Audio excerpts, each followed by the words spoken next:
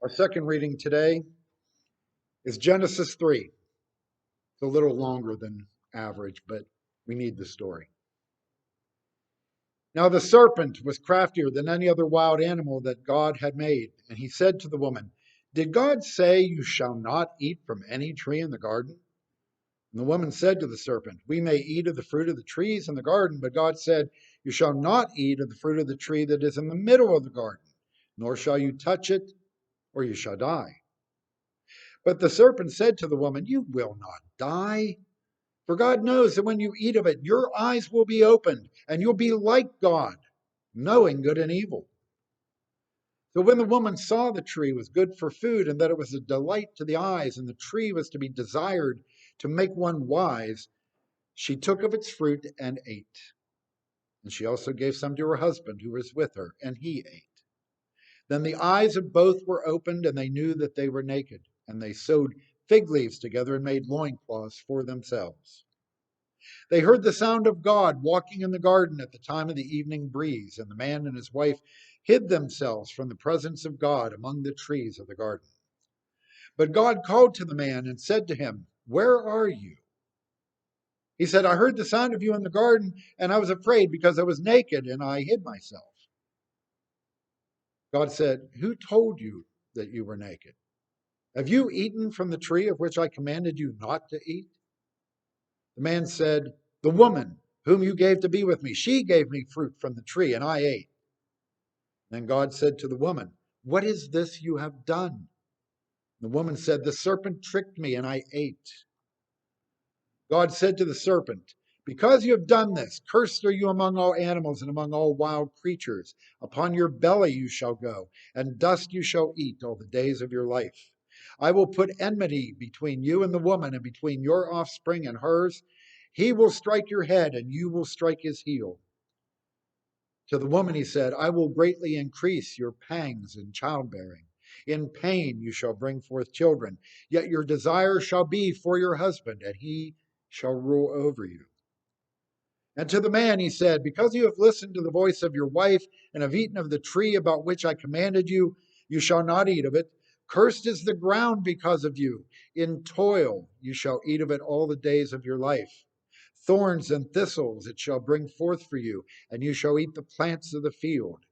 By the sweat of your face you shall eat bread until you return to the ground, for out of it you were taken. You are dust, and to dust you shall return."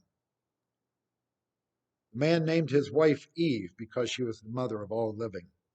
And God made garments of skins for the man and his wife and clothed them. And God said, "See, the man has become like one of us, knowing good and evil. And now he might reach out his hand and take also from the tree of life and eat and live forever." Therefore God sent him forth from the Garden of Eden to till the ground from which he was taken. He drove out the man, and at the east of the Garden of Eden he placed the cherubim and a sword flaming and turning to guard the way to the tree of life. And may God speak to us through these verses today.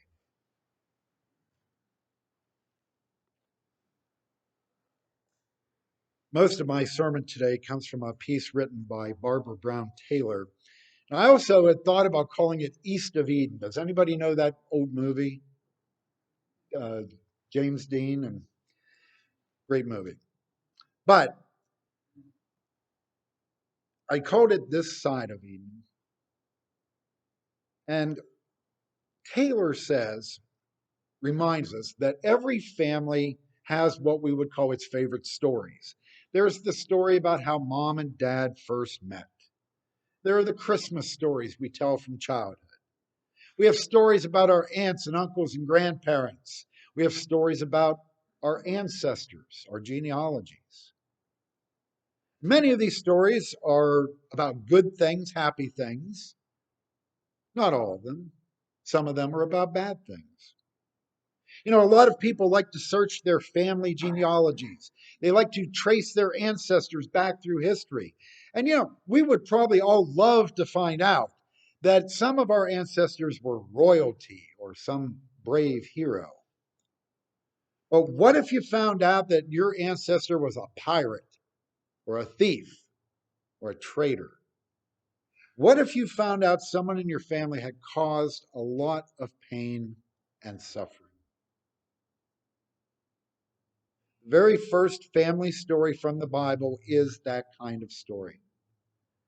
It is an ancient story, but it can tell us a lot about ourselves, including how we make life changing decisions and regret them when we see the results. Most of us learned this story when we were very young about how Adam and Eve lost paradise because they disobeyed. When we were a little older, some of us were probably told that this is how original sin came into the world. That idea says that because we are all the descendants of Adam and Eve, we're all somehow contaminated by them. We're infected with evil that's always waiting to influence us or control us unless we're careful. Now, I am not going to debate today whether Adam and Eve were real people who literally became the ancestors of every human being, or whether they're more of an analogy or metaphor, allegory, I should say, for something that happens in everyone's spiritual life. But I would point out that nowhere in this story will you hear the words fall or original sin.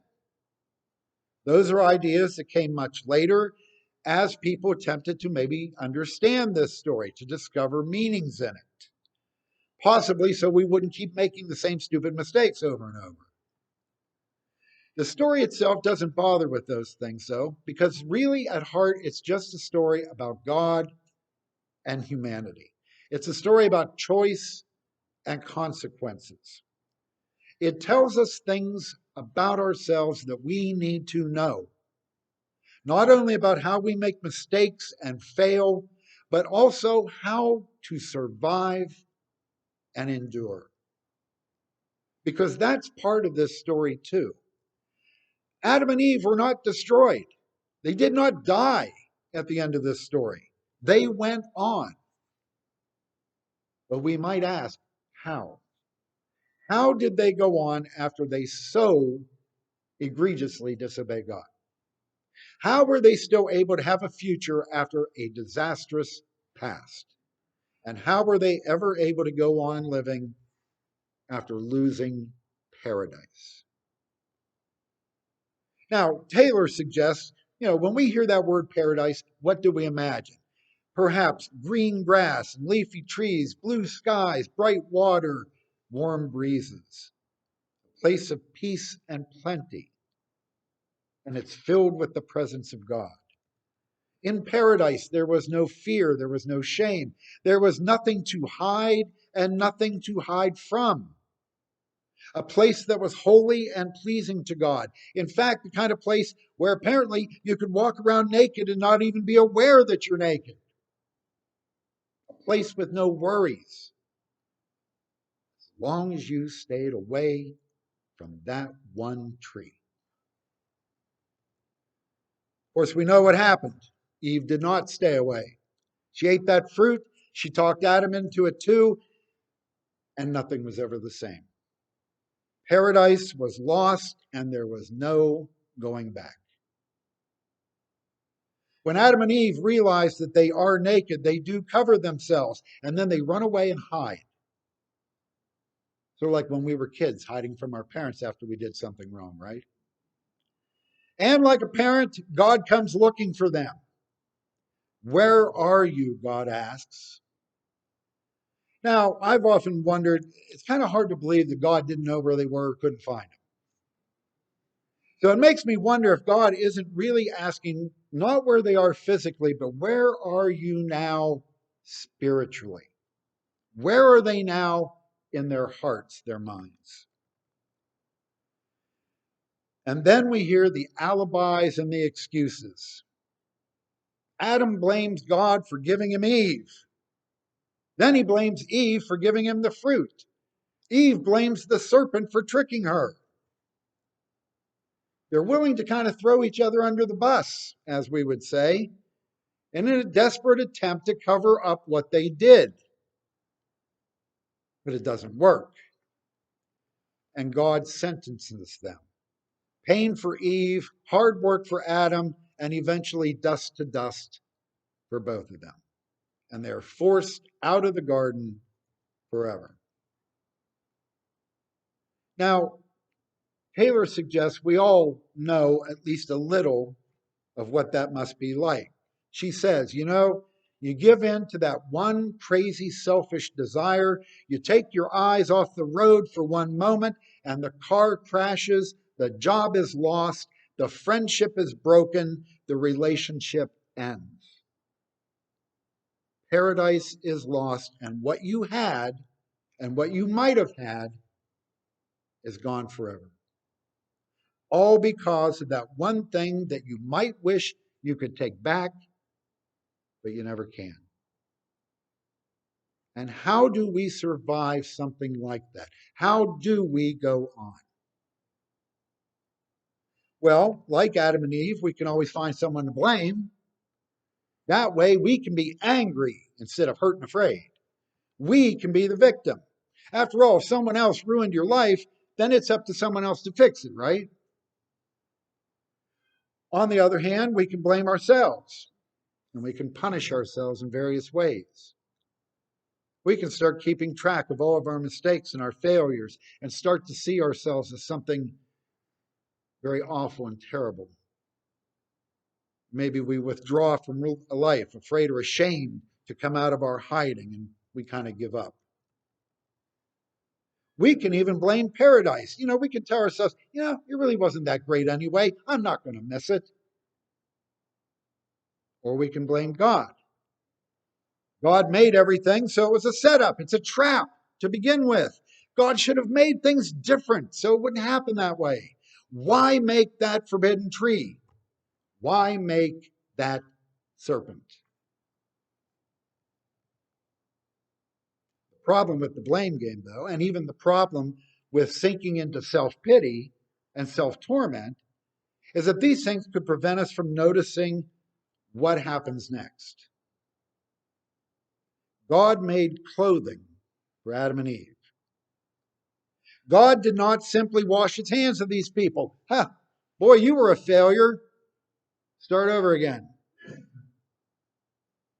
God clothed them. And in spite of their mistake, and even though they were driven out of Eden, God did not abandon them.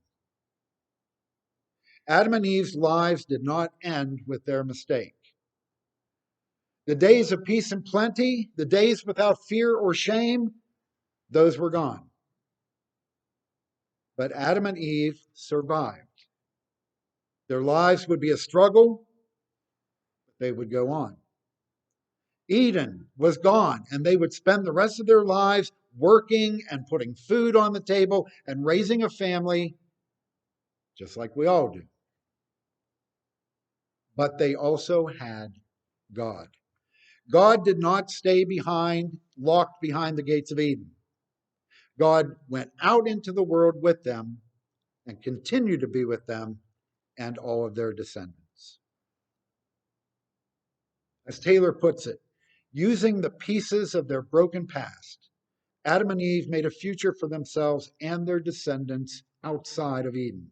And it's a world that we continue to live in today. It's a world full of chips and dents and scars. And even where we have glued it back together, you can still see the cracks. But in its own way, it is lovely, a mosaic of many colors, a mended work of art, a testament to the God who is willing to work with broken pieces and asks us to do the same. My friends, this story is our story. And it is a story that has everything in it: promise, failure, blame, guilt, forgiveness, healing, and hope. It is a story about us and our God, who did not create us just once, but goes on creating us and recreating us, putting our pieces back together, clothing us, comforting us, walking with us, so that we are never or forever completely ruined. A God who continues to live with us and love us on this side of Eden. Amen.